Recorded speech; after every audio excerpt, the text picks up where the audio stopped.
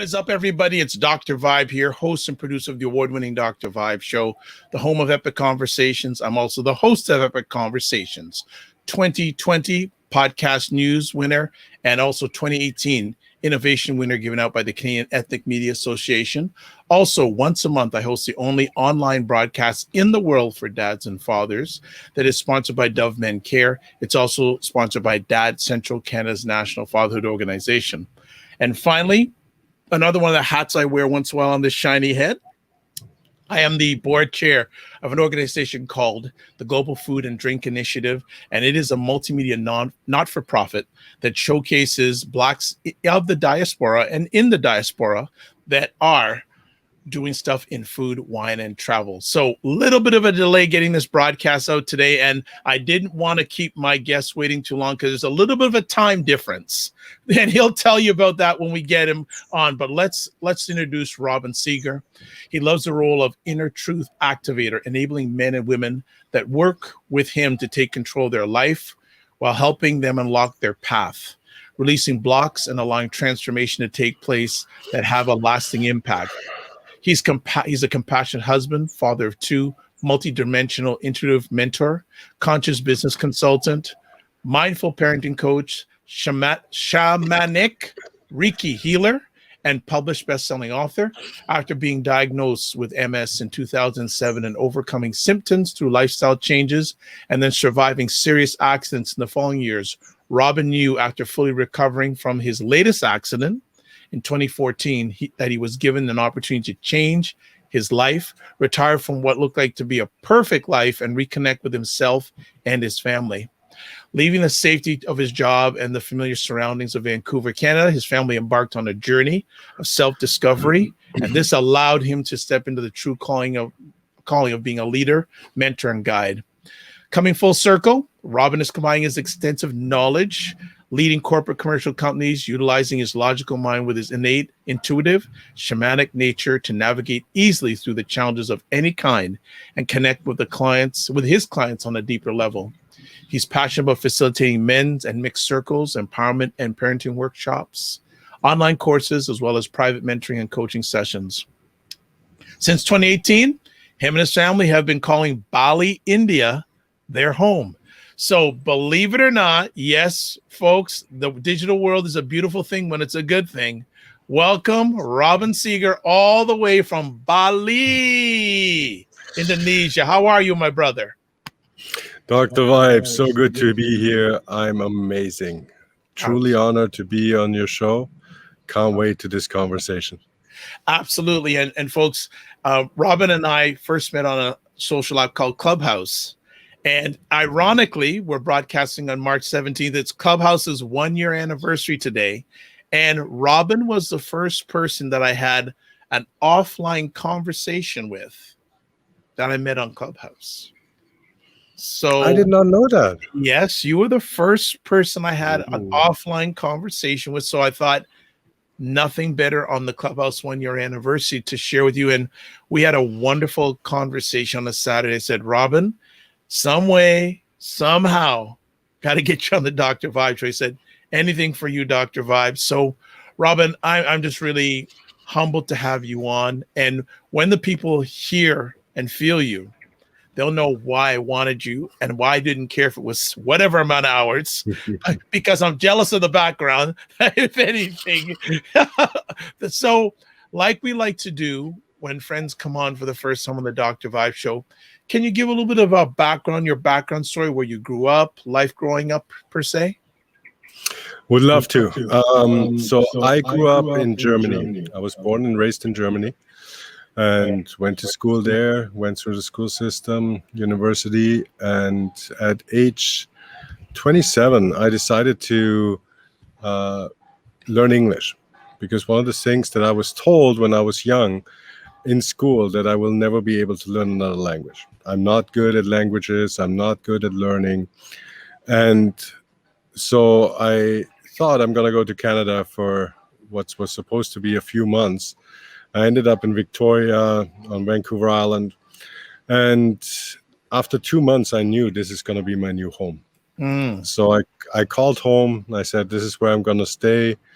I immigrated and I became a Canadian citizen in the early 2000s. Met my wife. My kids are born in North Vancouver, and really just got a whole started a whole new life, because all my diplomas, all my university degrees didn't really translate into the Canadian system. So I had to start fresh. I did. I reinvented myself, became a general manager of an international glass company, and was traveling extensively all over the world, had a beautiful home in Vancouver. My family was what I thought thriving. And then, as you mentioned, several life-changing incidents happened that really threw me a little bit off track. It was really kind of like a curveball where I'm like, what is all this about? And I needed to look closer to who I became, who I am as a husband, as a father, as a businessman, and most importantly, as a human being. And that made me realize that this lifestyle that I was living was actually detrimental to who I innately am. It made me different. It's just my heart was closing up. My connections to my family became less and less. I was so stressed. My health was deteriorating. And so, long story short, we gave up our whole life. We literally, within 6 months, left everything behind that we have. We sold our house, our furniture, our clothes, gave it away to charity. And we moved or embarked on what we thought is going to be a journey around the world, show our children that there's a different life.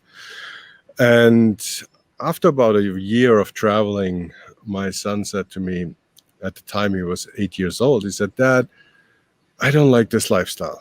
I don't want to be traveling every couple months to a new place. I want to be settling down. I give you 6 months to find us a place." And we thought it might be Europe. And what happened 6 months after that conversation with my son, we landed one more time in Bali, because we thought we're going to be here for another month. And that was 3 years ago. Bali has now been home, has called us in. And my son manifested basically that. He manifested, Wow. 6 months, we're going to settle. And so, yeah, now we're living in Bali. We have created a life here.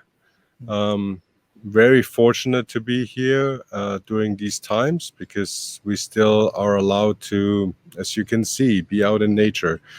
We're just as affected by the pandemic as everybody else. Tourism has come to a halt, which is a huge problem for the people here. But it has allowed us to even thrive more, and also be able to support them on a whole other level. And that was one thing I really wanted to show my children, is what does it mean to give back? Not just take, but really be there. So we have actually, over the last year, helped over 600 families here in Bali with food and supplies. And so, and my children were a big part of that. We went to the farmers, got the supplies straight from them, went to the villages, gave the food to the people. And that was my whole family. It was, an experience that I will never be able to replicate with anything. It's very special. Yeah.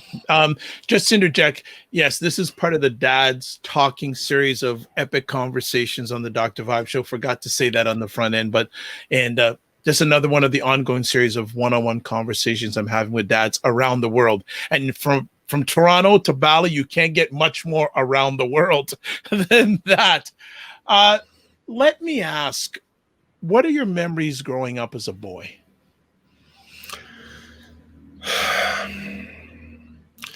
I have very difficult memories, because there's a duality within me. On one side, I had, a beautiful home. I never was suffering for anything. It's not like We always had food on the table. I always had a roof over my head. My mom and dad were, my dad especially was not very present because he was traveling a lot in my early years till I was probably about 13, 14 years old. So I couldn't really connect to him.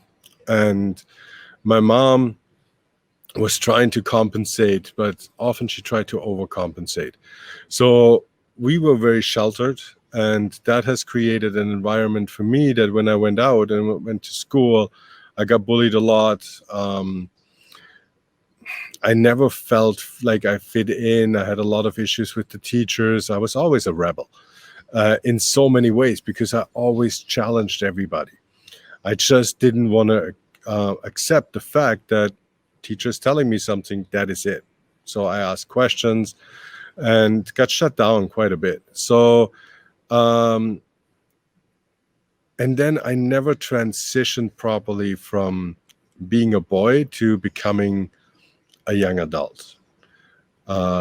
Very careful with saying the word man because that is a whole different definition for me. But just transitioning into this puberty, adolescent kind of state is definitely something that I never had an initiation. I never really had kind of anything. School was not helping. My friends weren't helping. My dad or granddad weren't present. So I kind of had to figure this all out on myself. And that is the part of the duality. So I did have not necessarily a bad childhood, but I never felt acknowledged as a man. Mm-hmm. And I appreciate you being open about this because I know I can tell by your voice. And Robin is one of the individuals. I can just listen to him. I don't have to open my eyes because I feel his vibration in his voice. And I can tell some of it was challenging, so I won't spend a lot of time on it out of respect. But let me ask you, did you have something you wanted to be when you were younger? Did you want to grow up and be something when you were growing up? That's a good question. I actually thought of that the other day because somebody said what you want to be at 7 is something that has a huge impact on you. And yeah, there was this moment where I wanted to be a soccer player. You know, right. Soccer is in Germany is the number one sport. Like it's hockey in Canada. Yes. It's just the one thing you do it all the time, and that's what you want to be. You want to be, you know, in the big leagues. And I think that was probably the biggest one, next to a fireman. That was kind of like, I think, the two memories I had. Okay. That's a good dichotomy. So, and I just want to thank everyone that's watching live. If you have any comments, please put them in the chat. Whatever platform that you're on, we'll certainly share with them in real time with Robin. So transferring from, and fill me in if I'm wrong, did you go from Germany right to Vancouver, or were there some stops in between? Victoria, Canada. So I left Germany and went to Victoria because I had a friend there. And I thought I'm going to be able to work with him, which didn't pan out. It was a very interesting journey. And living in Victoria for about 3 years. And then in early 2000, I moved to Vancouver. Mm. And do you remember the day you made the decision saying, you know what, Vancouver, I'm done, and I'm going to find another home?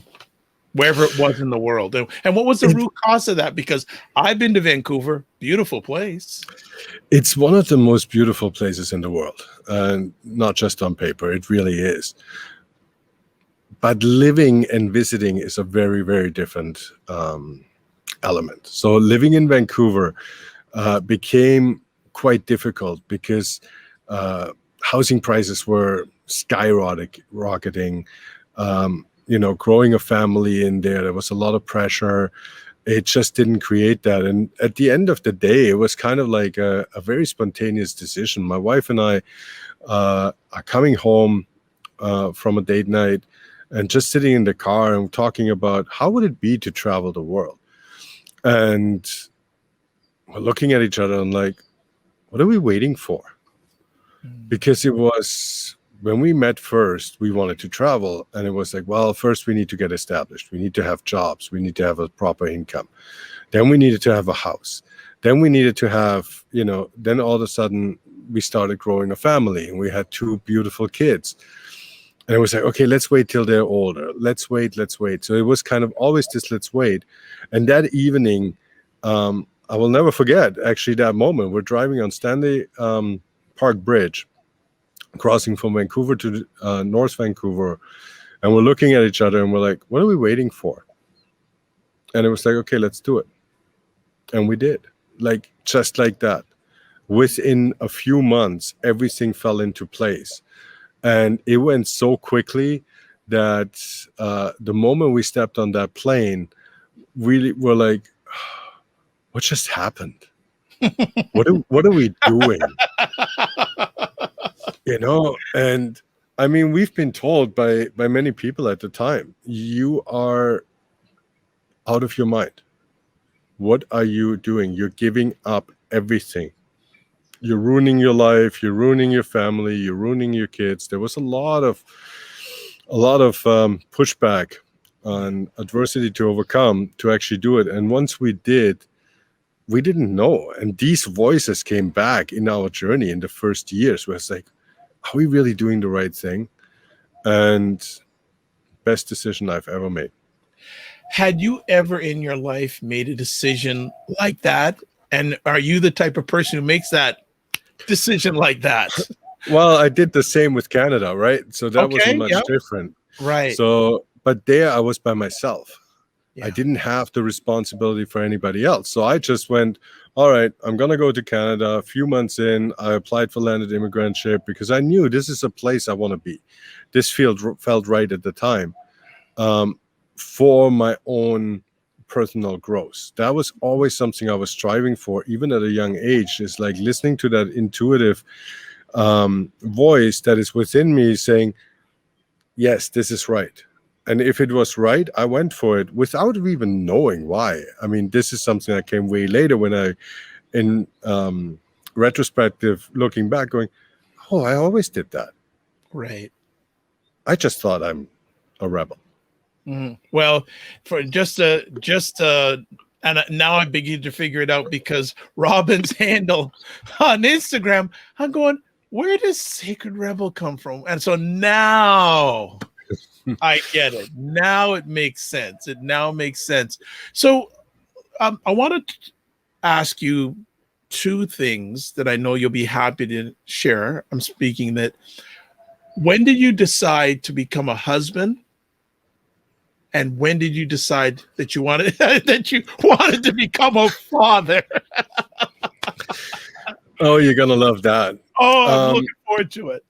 This is one of the funny stories of my life. My wife was, at the time, my girlfriend. We were been dating for probably about 3-4 years, and we always talked about marriage. She came from a fairly broken home. Her parents got divorced.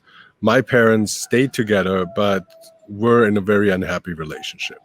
I actually told my mom a few times, you should leave that. You should go out on your own. It would really make a difference.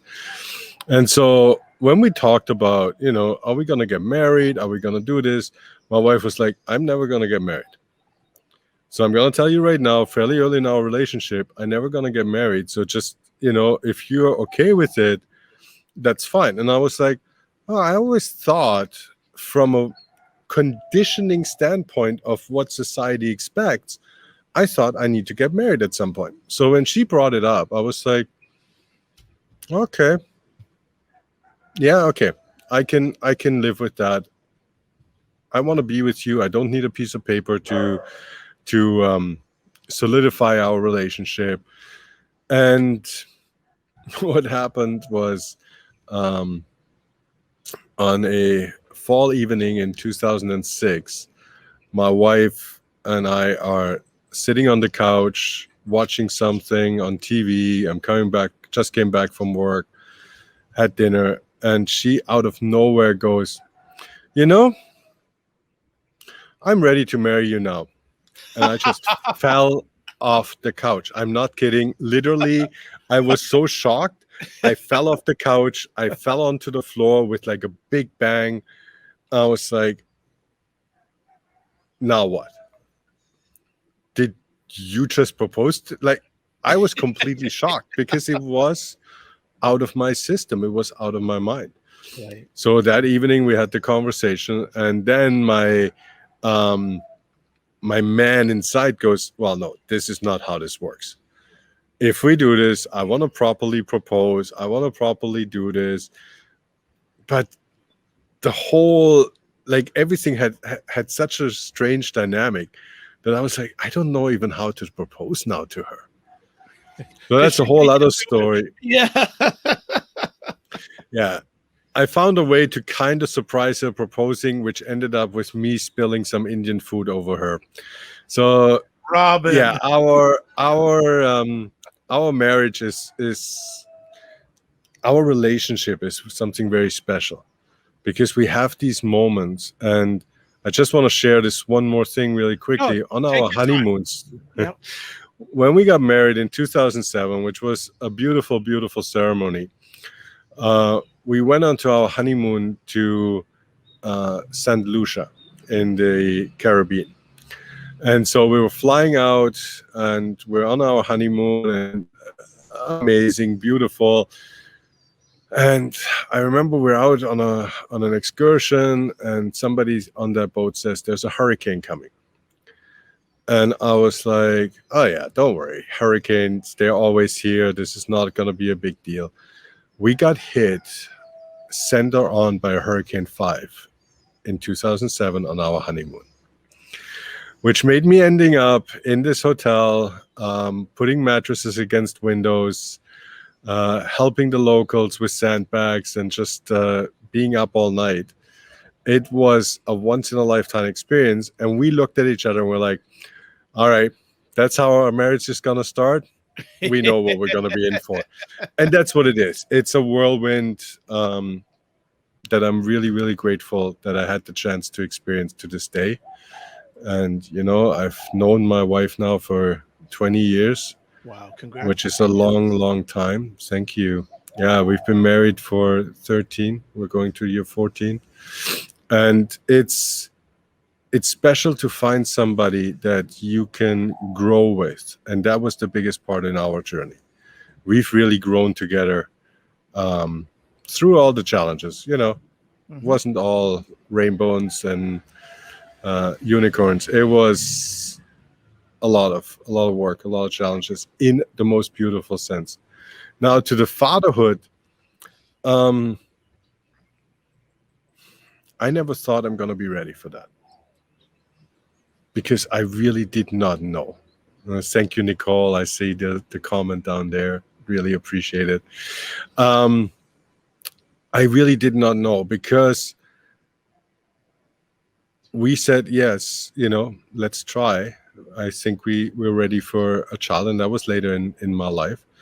I was already in my mid-30s, but I was thinking about how am I going to be a father? So I tried to prepare myself the best way possible with books and with courses and all that, but nothing could have prepared me for the moment when I'm standing there in the hospital with my wife and see that, you know, little baby boy coming into this world and holding him for the first time. And I was like, the first thought I had was, I'm going to break him. Oh my God. How am I going to hold him? How, like everything was how. And the second thing I realized was we're driving home from the hospital. We drove on a road that I've been driving hundreds, thousands of times before, and everything looked different. And that was the moment I realized the moment that baby was born, a father and a mother were born at the same time. My life has changed. Everything looked different. Everything smelled different. The colors have changed. And so I knew something is different, and something that I'm going to have to learn and have to grow into. And about the breaking, yes, I dropped my son within the first 3 days, and I was like, I broke him. I looked at him. He was still crying. He was still running around. He was still fine. Well, he wasn't running around at that time, but he was completely fine. I was like, all right, we got this. He's a lot more resilient than I gave him credit for. And by now, I have to say, I give my kids all the credit. They have been my teachers on so many levels, and they have inspired me to become the person I am today. It's a huge testimonial. That is a huge. Got another comment here from Nicole. Wow, that's a profound statement. The moment a child is born, the mother and father is also born. Beautiful, beautiful statement. That is fantastic. When you became a father, how did you start changing? Not that much in the beginning, to be truly honest, because I was very engulfed in my work. So I did take the time out because it was very important for me to be there. So I took my vacation time for that year and a little bit of extra just to be there for my wife, to really experience these first couple of weeks. But then slowly I transitioned back into work life.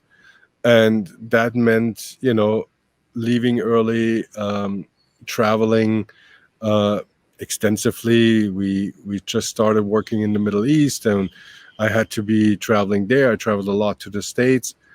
And so being away for, 2 to 3 weeks sometimes at a time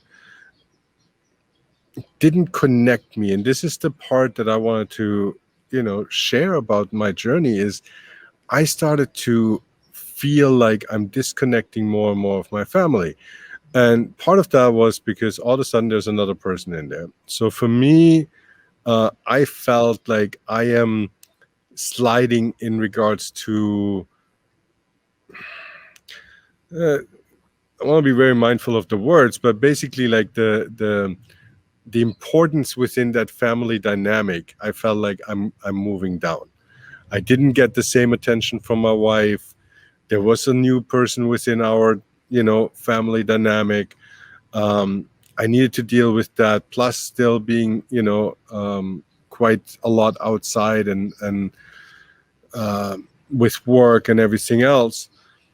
So it took a few years for me to realize what really was happening, and that I needed to look at some things that are within me rather than actually on the outside. Because it was very easy to blame everybody else for it. Mm-hmm. Oh, it's the new baby. Oh, it's my wife who has changed since birth. Oh, it is the families around us. There was always that chance of that. And so my biggest learning and realization really was to understand, this is me. This is all about me first. I need to look inside and I need to understand what's going on. And that was kind of started my self-development journey, where I was like, all right, let's see at the patterns, at the traumas and all that I'm holding on to, that is really stopping me from growing and becoming that father, that dad that I want to be for my son, and then later for my daughter. Nice. Gonna parking lot just the dad stuff for a moment. Gonna come to your facilitation of men's and mixed circles, empowerment, parenting workshops. How did that start? Very organically. The men's circles, when I was in Bali, I realized that because we spend a lot of time now together as a family. Now we've been together for about 12 months nonstop. It took us, I think, about 7 months before my wife and I could go on a date without children. Because we were traveling, we didn't feel comfortable to just hire anybody to give our kids to in a foreign country. So there was a lot of things that kind of started bottling up. And one day, I'm very fortunate to have a very wise woman by my side, my wife, who told me and said, listen, we need to address that we are right now dumping all our things onto each other. So we didn't have a big friend network. We didn't have a lot of people around, like confidants that we could actually have conversations with. And for me, one of the things was, I had no connection to men. I was always easily relating to women, but I was very intimidated by men. And so I kind of got pushed into this men's circle one evening that was held here in Bali at a place that I knew well. And I didn't really know anybody. So I walked in there. There's 12 men sitting there. And I mean, from my perspective, 12 men that I would be truly intimidated with. Good looking, strong, confident men that were really engaged into the community, that were well known. And I'm sitting there and I'm like, oh, what am I doing here? I felt so uncomfortable. And at the end of that evening, I went home and my wife's like, how was it? I'm like, I'm never going to go back. So I went back the next week and the week after. And after about 4 weeks joining, the lead moderators came up to me and goes, hey, I need to go to India for a month, but I want to keep this rolling. When are you going to lead your first circle? I'm like, I don't know how to do this. And he's like, yes, I can see you. I know you have it. And that's just how I fell into it. And then once I did my first one, I started learning about it and really got engaged, and the rest is history. I've been leading circles for years now, and it's one of the most powerful things to realize that, first of all, it's not about me. Secondly, we're not that different. Just because we look amazing or we feel confident or all that, there's still a little boy inside of all of us that is just as much looking for that attention, the love, the appreciation. And so one of the rules that we have implemented is it's all about I. We don't coach, we don't give advice, we don't judge. So it's all about telling our story. And even in the responses, it's all about stories that are our life. And that empowers, in my opinion, others to not feel intimidated, not feel pushed in any way, but invited to look at, okay, that sounds familiar. This is actually something I could look at for myself. And so, so that was the men's circles. Mixed circles are a little more challenging because as soon as women come in, it feels like men often become peacocks. Yep. how I would call it. It's like, oh, she's beautiful. I know what to say. I know how to act. I know what to do. So she likes me. And that is where Clubhouse became something very, very special for me.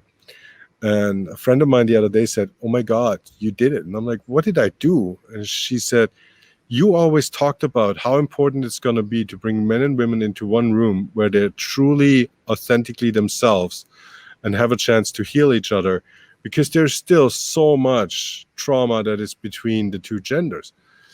And I said, I still don't get it, because sometimes I take a little longer to understand things. And she says, Clubhouse, people don't see each other, they just hear each other. So they actually have to listen with intent. And you just had this room where everybody went deep. The men, the women really went deep, really sharing from the heart. And they could heal each other. And I was like, oh my God, yes. We found a platform where we can create a space for that. So truly grateful for that. Now, the empowerment, the mindful parenting was a whole other story. We were out with our kids here in Bali, and a family came to us that we knew from school, and they said, hey, you guys do so much men's, and my wife does a lot of women's work. Why don't you ever do anything for parents? And we were looking at each other and we're like, no, that is not going to happen. We failed way too often to be starting to educate other people. Within 24 hours, 3 different couples came to us and asked the same question. And that is when we knew we're onto something. That's wonderful. So we created a 4-week series workshop literally within 3 days, found a local venue that wanted to host us, and the workshop was born. And then since then, again, it just kind of spiraled. And our approach on that is people often come to us and go, all right, fix my kids. What can I do to fix my kids? And we're like, come on in, sit down. And then they go out and they go, oh, it's me, isn't it? And it's like, yes, we got to start looking at ourselves before we can do anything with our kids. Our kids are just a mirror. They just emulate of what they see every day, and it's just something that comes back. So I can talk as much as I want, but if I don't truly embody my talk, if I don't walk it every day, my kids are going to pick up on it. These next generations are so empathetic. They are so knowledgeable. They are so incredibly sensitive. They pick up on anything. By now, I know exactly where I am every day just by looking at my kids. If my kids are going into an energetic overdrive, it's not because they had too much sugar. It's not because they had, too much TV or anything. It's because mommy or daddy just had a really rough day that they haven't looked at, and they're bringing that energy into the house. Mm-hmm. So I need to make really sure that I am always aware of what's going on around me, and my children, happily admitting that, are an amazing barometer of looking at who and where I am at that moment. Wow. So, question here from Junior. He asks, what is his favorite thing about being a parenting coach? My favorite thing is having people understand that nobody is really different. So the spaces that I create with my wife often is really just allowing other parents to understand that we're all in this together. They're not alone. We've dealt with a lot of single moms. There it comes out really, really heavily, where it's like, I'm all by myself. I need to do this all by myself. And reaching out, asking for help is not a weakness. So if I can just touch, one person and get them to go, all right, I'm overwhelmed, I'm stressed, this is too much, I need help, then that is something that is already the first step for that next generation to grow up in a way that is more mindful, more connected than the way I did. And so for me, this is passion. I just love doing this. I love connecting with people. And so being a parenting coach, really, it's just knowing that our children, the children of that world, are going to have a place to live in. Because we as a parent have connected and have given them the tools so they can actually become their best version of themselves, whatever that looks like. Right. Let me ask, comparing when you were first-time father to the younger fathers of today, who has it more difficult, in your opinion? Neither. More difficult. It's truly a choice. We're living in a world where I believe we have a choice that we can make every single moment of our life. So it comes down to, I have had in my classes towards the end, before Bali shut down and we couldn't run them in person anymore, we had about 50% non-parents to 50% parents. We had 18-year-olds coming in, and I asked, I'm like, what drew you to this course? And they go, I want to be prepared. I want to be prepared so that if I once decide, he didn't even have a girlfriend, if I once decide to have a family, I want to be prepared in the best version of me. When I saw that, I was just crying. I was like, oh my God. When I was 20, that was the last thing on my mind. So they made a conscious decision. And, Dr. Vibe, some of the young kids that are with us on Clubhouse, Yes. watching them Yes. and seeing that awareness that they have. Mm-hmm. Now, do they have it easier? I don't want to label it, but they made a choice. They made a conscious decision to make a difference right now. Right. And for them, when I see that, I'm like, oh my God, you guys are going to be amazing as parents. Yes. Does that mean they're going to have it all figured out? Well, no, nobody does, because we are not coming into this. Now, I do believe that because the older generation, so somebody like me, is talking about this topic more and more, and it is becoming more open to talk about mental health, to talk about the challenges, to actually share our stories, vulnerably and authentically, which has not been happening 50 years ago. That was just not something that was the norm. I do believe that the next generation, if they choose to do so, the 20, 30-year-olds have a chance, and with social media and everything else, have a chance to learn from elders, learn from the older generations, listen to what worked, what didn't work, and all these kind of things, and then create their own plan how they will become, the best parent. For me, I took the model of my parents and I said, I'm never going to be like them. And you know what? In the beginning, I was more like them than anything else,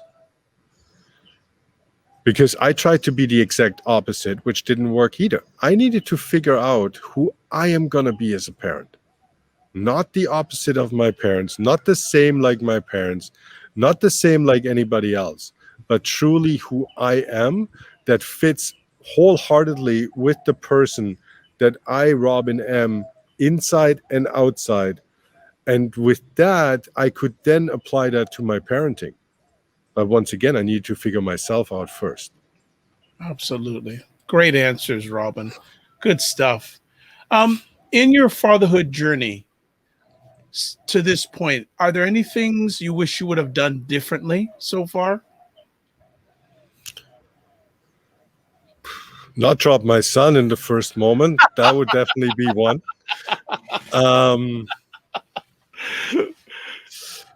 But honestly, I could go back onto my life and could look at a lot of things that I'm not proud of, that I didn't think I handled, perfectly. But the way I am living my life today, I believe that every single thing I've done, every single action that I've taken has brought me to this moment. I would not be sitting here with you having a conversation about all this if I wouldn't have done all the things I did. Minor adjustments, yes, absolutely. That wouldn't have had a bigger impact on everything else. But, even like that, dropping my son in that moment allowed me to grow so much, because it made me realize that fear of I'm going to break him, I need to let that go. And that allowed me to let go of a lot more. I mean, we're now living in Bali, in a place where my son goes out into the rice fields, that is loaded up with snakes and scorpions and, all these kind of other threats, that where it's like, oh my God, what is going to happen to him? Nothing is going to happen to him, because he is an amazing 11-year-old that has so much more awareness of his surroundings, of his life, of nature and all that. And he has been able to connect with that.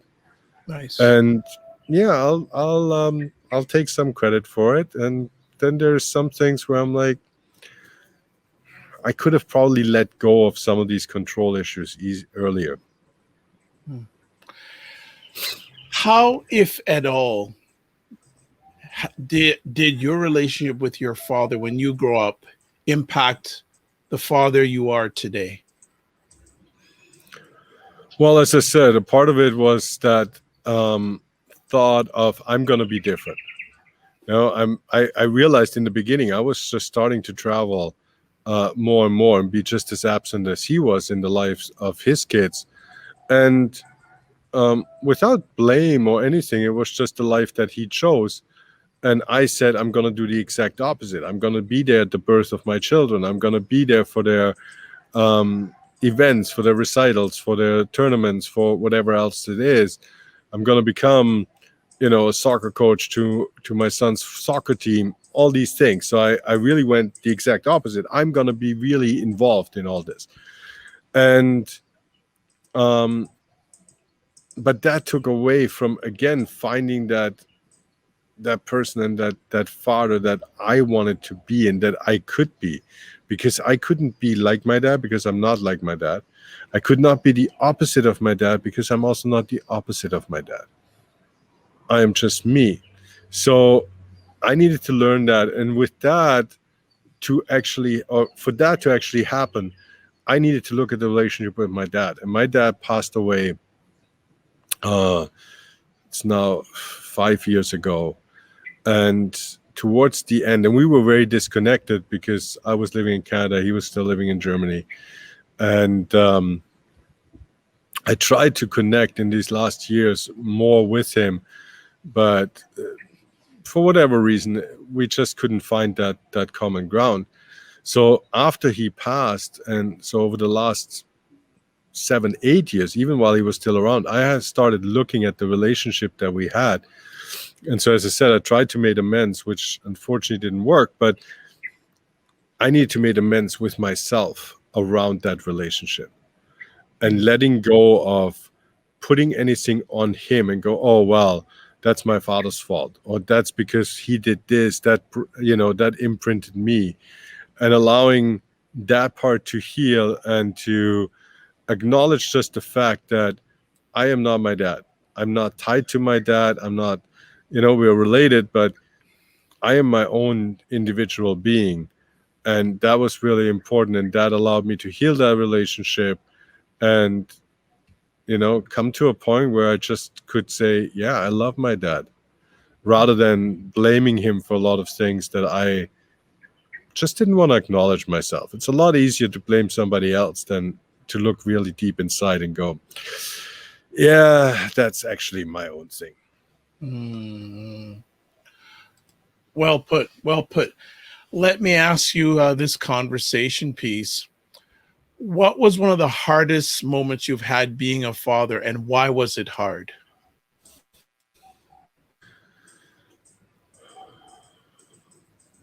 I wish I would have had these questions before. That is a difficult one.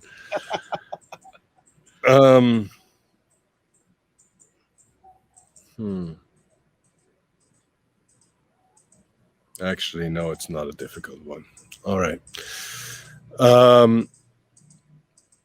2 years into our journey leaving Canada. So my son went to preschool, which was, something very simple. A couple days a week, a couple hours. Mom was always with him. I got to join him a couple of times. So that was a good experience. Then he went into kindergarten. And in Canada, the way the system works is you are within a catchment area.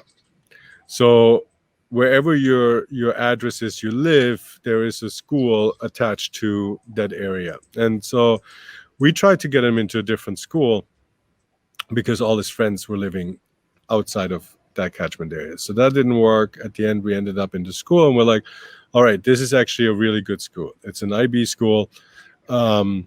Everybody was trying to actually get into it. And so he goes into kindergarten, and it was an amazing experience. 26 children, they became the best friends. My son's birthday is in May. So towards the end of the school year, we're like, who do you want to invite? And he's like, my whole class. So we had a birthday party with 26 kids. Grade 1 then shifted because when he went into grade 1, they shuffled the class around and he got a different teacher. And I'm trying to put some context on something that happened now 2 years later.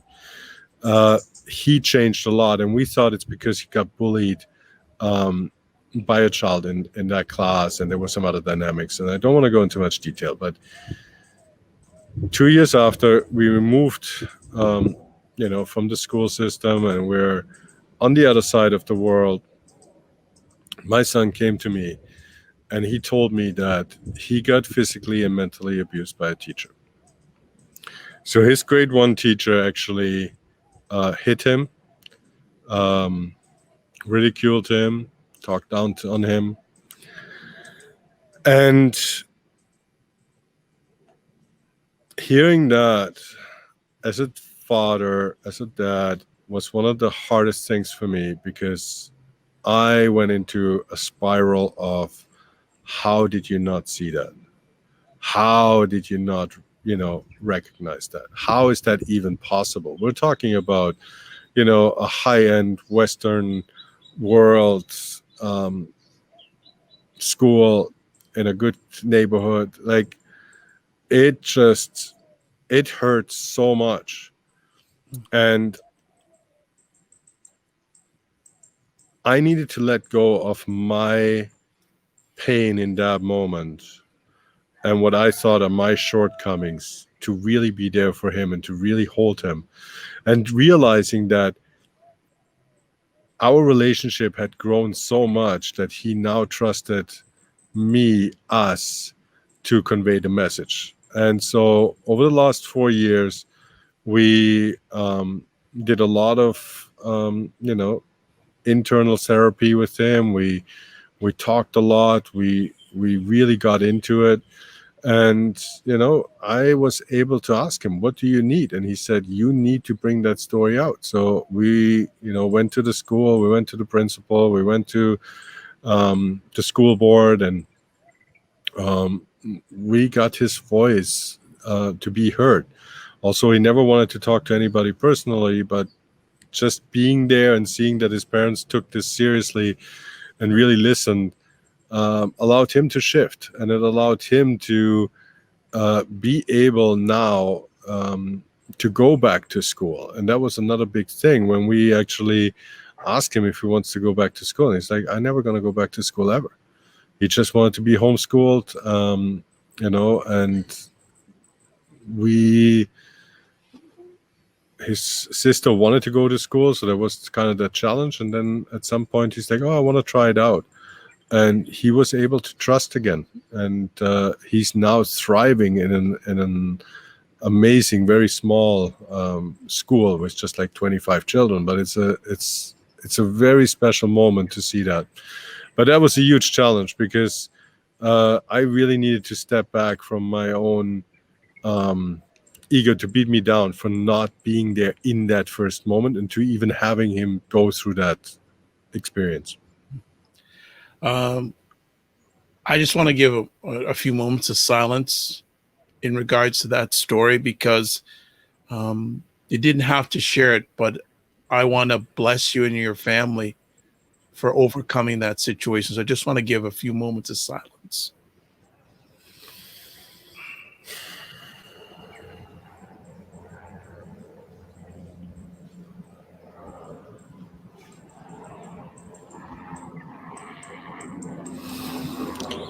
Okay. Thank you. Thank you so much. No. You didn't have to share that.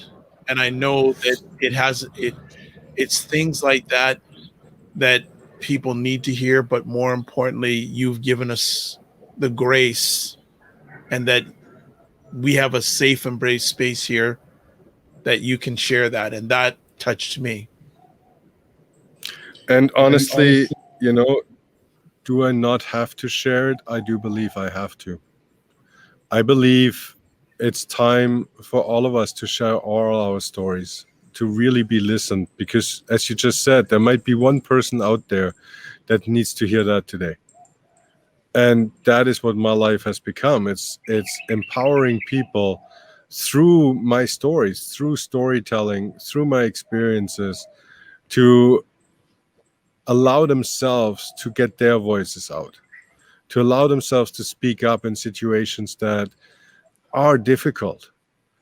And it's the same when I do my parenting workshops, or even if I do men's circles.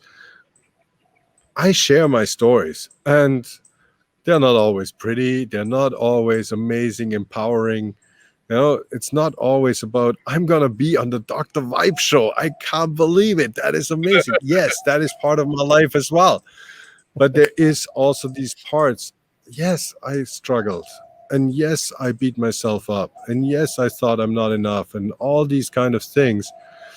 And I'm okay to talk about it now. And even putting it onto a forum, somebody asked me the other day, what do you want to achieve? And I said, right now, I want to reach 1 million people so they can actually empower themselves to really go into their true essence and really go out into the world and empower more people. That is my vision right now that I'm holding on to. And for that, I needed to go outside of my comfort zone, beyond anything I've ever done. I need to push outside of that. Is it easy to talk about these things? No, it's not.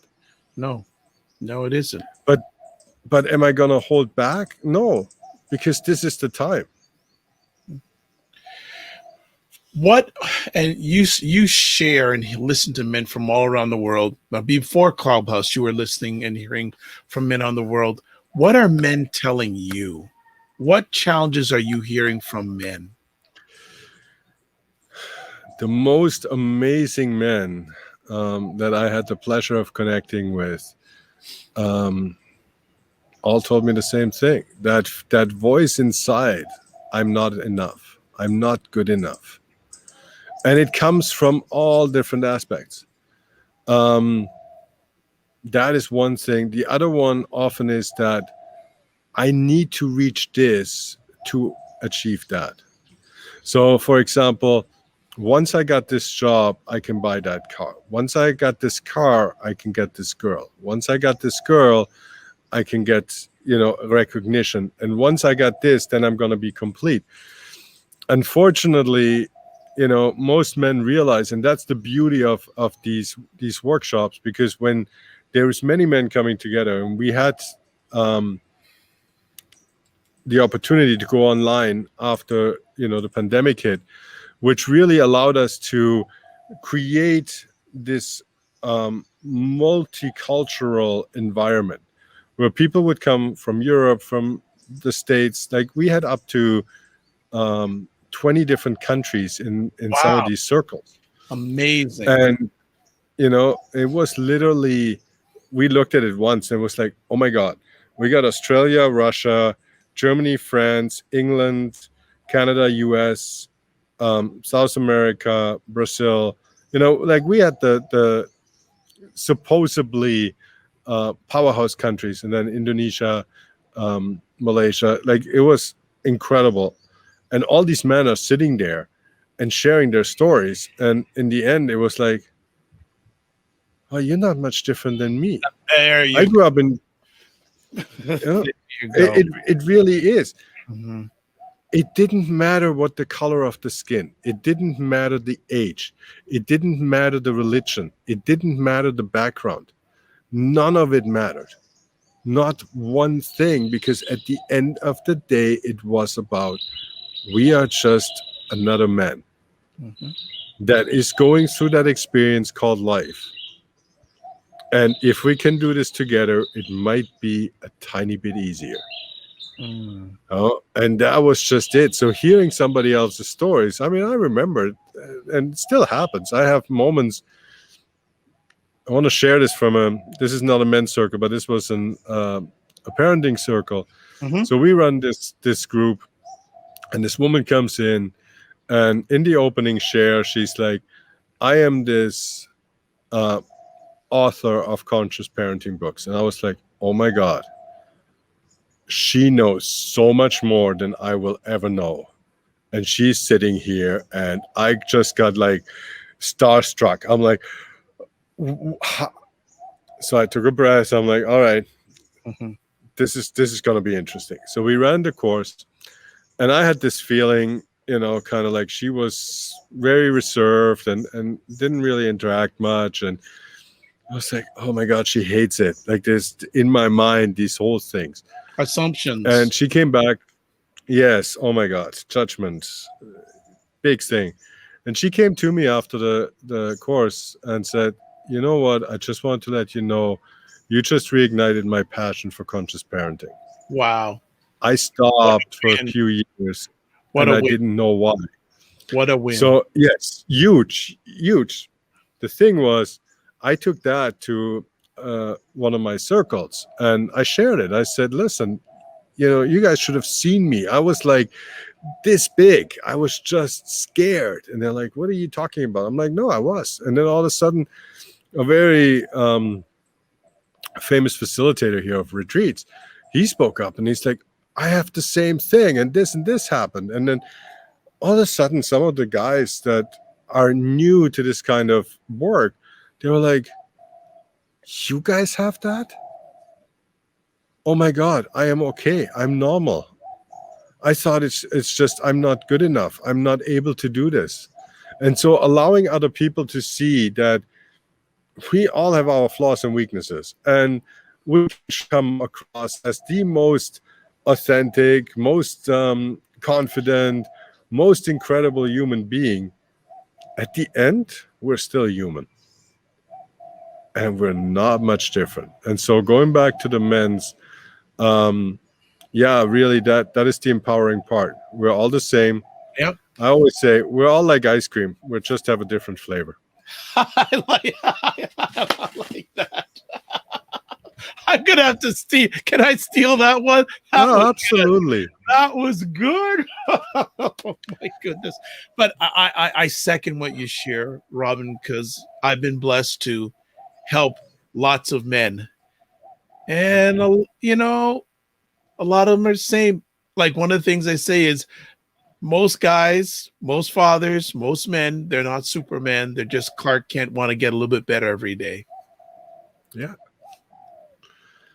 That's absolutely. Great observation, that if people just realize that when Robin and I first spoke for the first time, it was like I felt like we've known each other for years. Like, it was just for years, and we're on the opposite sides. We're two different skin colors. We've had two different fathers, but in a lot of ways, we're twin sons of different mothers.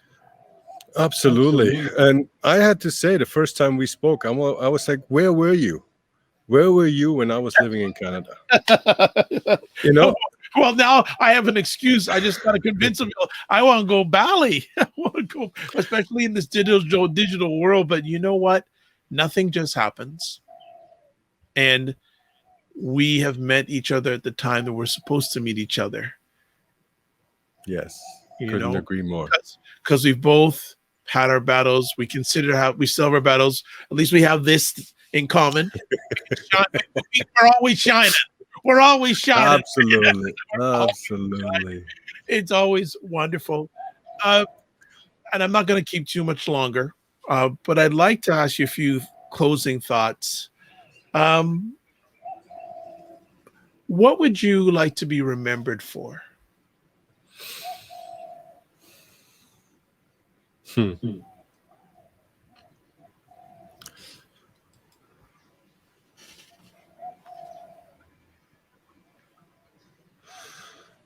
I would like to be remembered for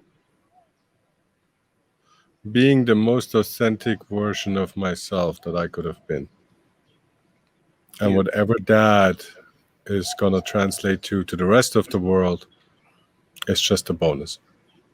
Beautiful.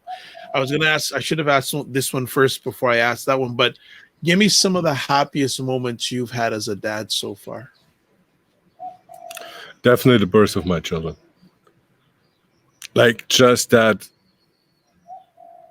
And we had two very difficult births, and knowing that both are going to be okay, the child and the mom, in that moment, that was definitely something happy. Here's another one. A really happy moment was my son. We're sitting in a restaurant. Oh, by the way, take a look at Nicole's saying here. Yeah, I know. Don't we? I absolutely think so. And she goes, seriously, take a picture. Go ahead, Robin. Oh my God, I love that. Thank you so much, Nicole. Actually, Nicole is someone who I'm going to introduce you to. I mean, wonderful mother, wonderful parent, and fully believes in making men better. Love that. All for that as well. Absolutely. But to go back to your question, because this story just came to me, which is Yeah, literally a very proud moment. And that was, we're sitting in a restaurant. I think it was in Portland, if I'm not mistaken. And we're having lunch, and there's these two women sitting across from us, like young girls, maybe 18, 19 years old. And they're sitting separately at their own table. And one is a very, I want to be, again, mindful of my words, but she felt very introvert. She was always looking down at the menu, hiding, very plain clothes, very, neutral colors, gray, and sitting there with her shoulders like a little, like that. On the other side, there was this girl like this, doing her makeup and selfies and like really out there and great style and all that. And my son just gets up and he goes, and I'm like, what is he doing? And he walks towards the girls, and maybe like, I don't know how old he was, probably like 7 or so. And he sits down at the table with the introvert girl, and he goes, "Hi, how are you?" And like full on, and she just lit up, like her whole body, everything changed, and just like felt like seen. The menu dropped, and she was like, for the rest of our lunch, she was just sitting there smiling. And that was a proud moment because it came from him. And when I asked him later, like, what enticed you to do that? And he said, listen, I just felt this is what she needed. So it was just a very intuitive reaction. And yeah, it made me very proud because it showed me what kind of person he is. Wonderful. And that's one of the many, many, many, many proud dad moments I had. Beautiful. Well, we'll close it out on this. I'm going to ask one question, but there are 3 parts to it. So what is your message to parents? What is your message to men? And what's your message to fathers? All right. To parents, you're not alone. And that's actually a message to all 3.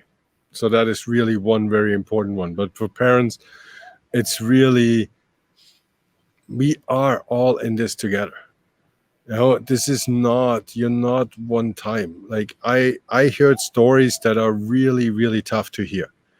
I lost it. I actually, I hit my kid. I did this, I did that. Like I heard some really, really tough stories. But creating a space where parents actually can admit that really makes a big difference.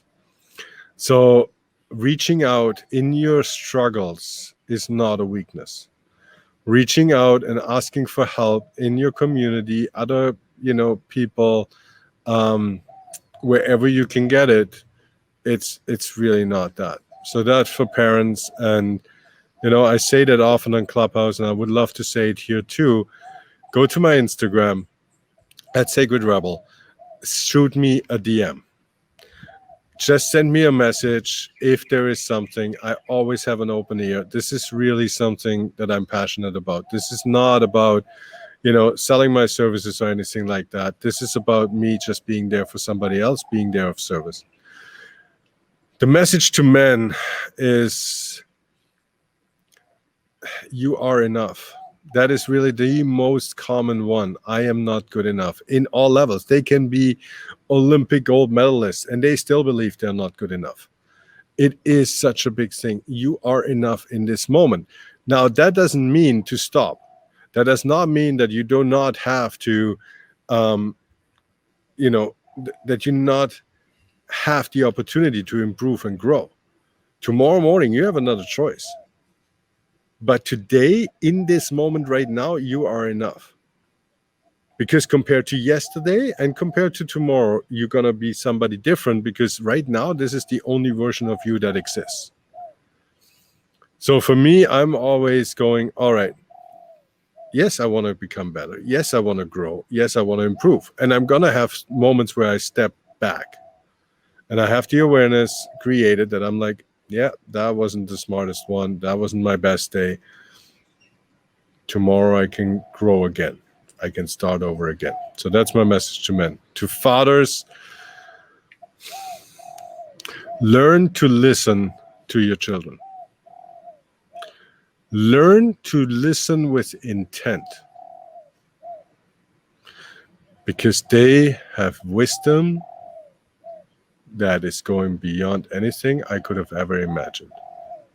But I needed to learn to listen and not try to fix them, not try to change them, not try to mold them into something, but actually listen to who they are. And for that, I did a post the other day. I'm actually taking my kids out on dates. Oh, wow. I do one-on-one time where I just take my son, just my daughter, and intentionally listening because they change so fast.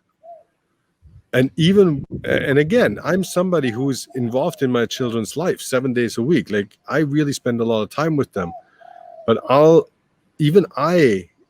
don't have that chance. So this is really something I want to give to anybody, is really find an hour, 2 hours, 6 hours, if possible, but even just an hour where you take your child somewhere they want to go.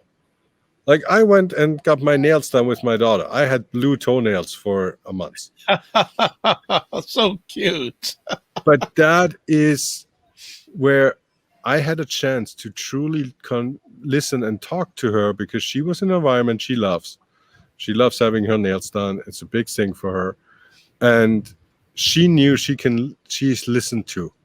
And that is a big thing, because that will strengthen that bond and that communication.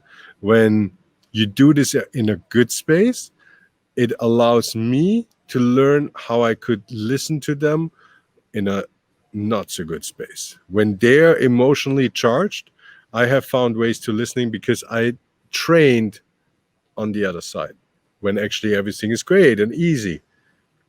But that is my, yeah. Beautiful. And listen to Dr. Vibe. Oh, because the knowledge that he has. Listen to each other. Humble. No. This is really important. Thank you. Because what you're doing for men, for families, for fathers, I have listened to you many, many times. And you speak with intent. You speak with integrity. And that is really something that is unfortunately still a rarity in this world. And I truly, truly appreciate you for all that. Received, my brother. Looking, all right. I've been looking. It's an honor to have someone at the other end of the world that feels like they're right beside me. So I'm truly humbled and blessed to have you as part of my journey. I'd like to wish blessings on you and your family, what you have done, what you are doing, and what you're going to be doing. People, if you want to get in touch with Robin, the best way, if you're on Instagram, I found out the secret, Sacred Rebel. Now I found out why he calls himself. So that was the main thing I wanted to find out tonight. Also, he does have a website, Robin Seeger. That's Robin, ROBINSEEGER. Just reach out to him. Really and truly. Absolutely. And the email is robin@robinseeger.com. The website is not fully done yet. I have to admit, I'm still working on it. What's the email address again? It is robin@robinseeger.com. You know what? I'm going to do it right in real time here and put up on the scene. That's what I love to do. I want to add it right in real time. So let's do it.